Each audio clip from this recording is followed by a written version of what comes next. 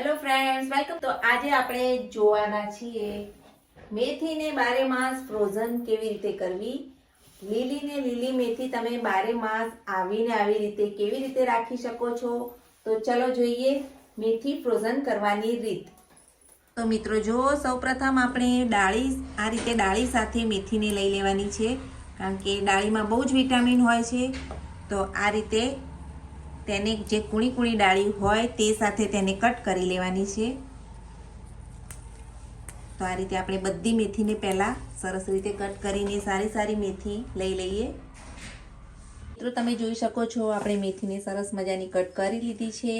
તો હવે તેને આપણે પાણીમાં આ રીતે સરસ ધોઈ લેવાની છે.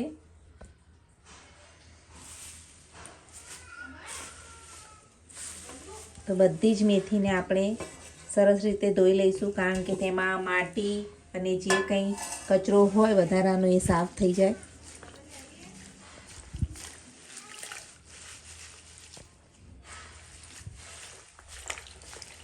તો ડાળી સાથે જ મેં આ રીતે ધોઈ લીધી છે. હવે આ મેથી ધોવાઈ ગઈ છે, તેને હવે આ રીતે લઈ લેવાની છે.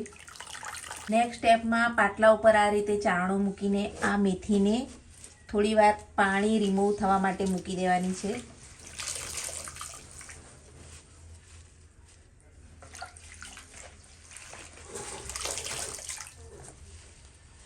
તો આપણે 15 થી 20 મિનિટ આ રીતે રહેવા દઈશું, જેથી બધું જે વધારાનું પાણી છે તે મેથીમાંથી નીકળી જાય.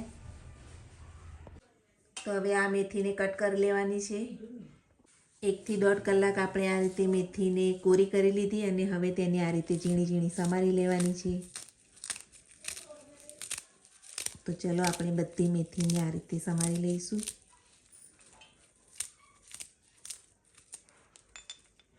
મિત્રો પંખો ચાલુ રાખીને મેથીને આપણે 3 થી 4 કલાક માટે આ રીતે પંખા નીચે સૂકવવાની છે. હવે તમે જોઈ શકો છો કે પાણી એકદમ ઓબ્ઝર્વ થઈ ગયું છે, બધું પાણી સુકાઈ ગયું છે.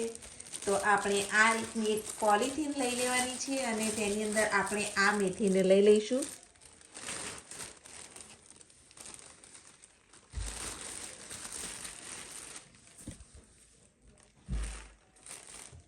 મિત્રો આ વસ્તુનું એક ધ્યાન રાખો કે મેથીમાં પાણી એકદમ સુકાઈ જવું જોઈએ. અને હવે તેને આ પોલિથીનની જે થેલી છે તેમાં પાણી બિલકુલ ના જાય તે માટે તેને આ રીતે એકદમ ફિટ કરી દેવાની છે.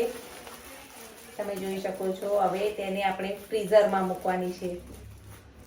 આ રીતે પેક કરી ફ્રીઝરમાં મૂકીશું. મિત્રો હવે આ મેથીને આપણે ફ્રીઝરમાં મૂકી રાખવાની છે અને 1 વર્ષ સુધી તમે તેને સ્ટોર કરી શકો છો. અને જ્યારે જરૂર પડે ત્યારે જરૂર પ્રમાણે મેથી લઈ થોડા નવાયા પાણીમાં ગરમ કરીને પછી તેનો ઉપયોગ કરી શકો છો. તો આજનો વિડીયો ગમ્યો હોય તો લાઇક, શેર, સબસ્ક્રાઈબ જરૂરથી કરજો. Thanks for watching my video. Thank you. By.